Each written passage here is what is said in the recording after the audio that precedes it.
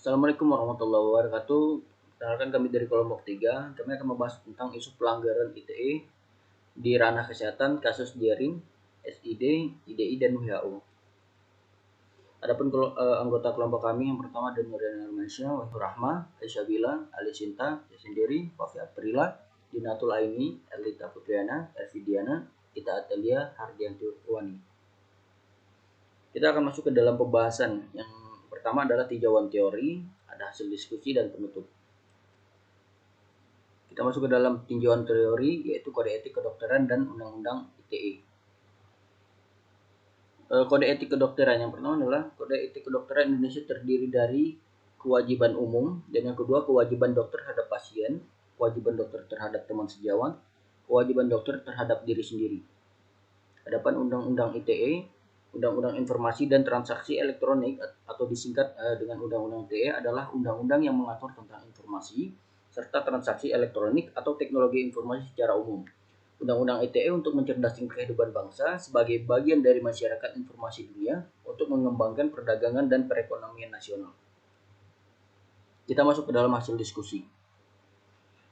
Kronologi kejadian pada kasus Jering, SID, IDI, dan WHO bermula dari berita yang muncul di berbagai jenis media pada tanggal 12 Agustus tahun 2020 tentang selebriti Jering, SID yang ditahan oleh polisi. Akibat postingan Jering di Instagram pada tanggal 13 bulan 6 2020, Jering menyampaikan pendapatnya belum ada wacana pembicaraan yang heboh di masyarakat tentang kematian ibu dan akibat pemaksaan mendahulukan tes COVID daripada penanganan ibu dan anak yang dalam proses melahirkan.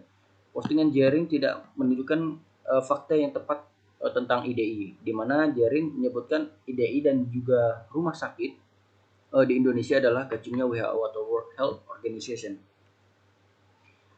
Teori aksi berbicara, speech aids theory, Stephen Will Littlejohn dan Karen Avos tahun 2009 yang sering menjadikan rujukan oleh ilmuwan komunikasi menyebutkan bahwa John Searle adalah perancang teori aksi berbicara. Inti teori aksi berbicara adalah seseorang menyampaikan apa yang dikehendakinya kepada komunikan. Ada 3 persyaratan yang harus dipenuhi oleh si komunikator, yaitu menciptakan sebuah wacana, menegaskan tentang sesuatu atau melakukan sebuah aksi usulan, memenuhi niat untuk aksi berkehendak. Yang paling menarik dari teori aksi berbicara adalah kebenaran tidak merupakan hal yang paling penting. Dalam pandangan Searle, makna yang sesungguhnya dari aksi berbicara tidak pada penyampaian kebenaran, melainkan pada kekuatan mempengaruhi komunikan. Kita masuk ke dalam teori penilaian sosial. Catherine Miller, yang juga sering menjadi rujukan oleh ilmuwan komunikasi, menyebutkan bahwa Muzaffar Sherif, Caroline Sherif, adalah perancang teori penilaian sosial. Teori ini dirancang berdasarkan penelitian Muzaffar Sherif yang berupaya memperkirakan bagaimana seorang menilai suatu pesan dan bagaimana penilaian yang dibuat tersebut dapat memengaruhi sistem kepercayaan yang sudah dimiliki sebelumnya. Menurut Sherif, dalam penilaian pesan komunikasi, rupanya seseorang telah memiliki persepsi sosial. Persepsi sosial ini lah yang kemudian menentukan tingkat penerimaan seseorang terhadap kehadiran sebuah pesan komunikasi. Adapun analisis aksi berbicara Jering. Dihubungkan dengan teori aksi berbicara dari Searle, dapat dilakukan analisis atas aksi berbicara Jering dalam ulasan berikut. Pertama, Jering adalah contoh dari teori aksi berbicara yang dimaksud oleh Searle. Kedua, bukti dari analisis pertama adalah karena Jering memenuhi ketiga persyaratan dari teori aksi berbicara yang disampaikan oleh Searle. Dan yang ketiga, dalam analisis penulis Jering memenuhi contoh utama Searle yang berkeyakinan bahwa bukan kebenaran yang dituju oleh Jering, melainkan pengaruh aksi berbicaranya kepada orang-orang. Analisis ketiga yang dapat dipenuhi dengan rentetan aksi tindakan Jering adalah postingan di Instagram tentang IDI sebagai kancing WHO. Adapun kronologi penangkapan Jering, pada tanggal 13 Juni 2020 mengunggah komentar berisi tuduhan terhadap IDI. Pada tanggal 13 Juni 2020, Jering mengunggah foto yang berisi kalimat tuduhan bahwa IDI dan rumah sakit adalah kacung WHO, IDI dan rumah sakit yang mengadu diri mereka sendiri dengan hak-hak rakyat. Tulis Jering. Tak sampai di situ, dalam kolom keterangannya, Jering juga meminta agar IDI dibubarkan. Dan pada tanggal 16 Juni 2020, IDI Bali melaporkan Jering ke polisi.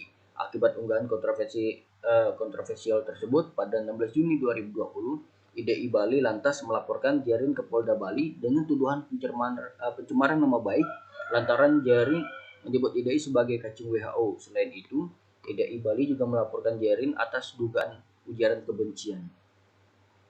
Dan kronologi selanjutnya adalah pada tanggal 3 Agustus 2020, Jering mengangkir dari panggilan polisi.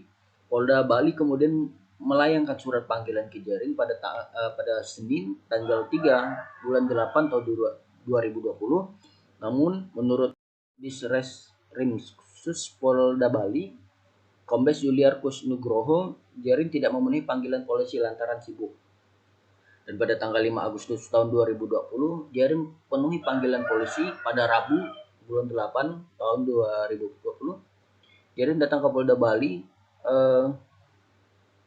untuk memenuhi panggilan polisi dengan menjalani pemeriksaan terkait kasus tersebut. Terkait permasalahan ini, Kasubag Humas Polda Bali, Kombes Semsi menyebut pihaknya sudah memenuhi sejumlah saksi termasuk para saksi ahli. Dan pada tanggal 12 Agustus 2020, Jering ditahan. Jering ditahan oleh Polda Bali dan kini resmi berstatus tersangka atas kasus ujaran kebencian dan pencemaran nama baik yang dilaporkan oleh IDI Bali. Analisis pengabaian pesan penting Jering oleh masyarakat. Masyarakat rupanya memilih mengabaikan pesan penting Jering terkait karena dengan dua hal. Yang pertama, ada poin referensi bahwasanya Jering adalah seseorang yang bermasalah, di mana Jering telah terberikan sebuah persepsi sosial bahwa sebagai seseorang yang bermasalah maka pesan komunikasinya pun dikaitkan dengan permasalahan pula. Dan yang kedua, tulisan Jering dalam rangkaian kata-kata IDI dan atau rumah sakit bangga jadi kacung WHO lebih mendapatkan perhatian karena kekasaran ucapan Jering dianggap lebih penting dipersoalkan daripada isu kematian ibu atau bayi yang sebenarnya jauh lebih penting untuk diperhatikan. Sebagaimana tertulis di atas, masyarakat yang menjadikan halayak penerima pesan komunikasi Jering mempunyai persepsi sosial bahwa Jering identik dengan permasalahan. Kita masuk ke dalam hasil penutupan, yaitu ada kesimpulan dan saran. Kesimpulannya adalah, berdasarkan teori komunikasi yang tersedia, dapatlah dipahami sekarang mengapa telah terjadi dua hal yang diangkat sebagai permasalahan dalam kajian ini. Penggunaan teori-teori dalam mengkaji fenomena adalah yang hal lazim dalam dunia ilmiah. Dan saran yang bisa kita dapatkan adalah postingan Jering tidak mengungkapkan fakta pasti terkait IDI. Di sini Jering menyebutkan IDI dan 4.444 rumah sakit. Indonesia merupakan kacung dari WHO atau World Health Organization. Apa kebanyakan orang lewatkan adalah terkait dengan sudut pandang Jering dan menuntut itu perlu diperhitungkan. Sekian dari hasil presentasi kami ucapkan terima kasih. Semoga bermanfaat.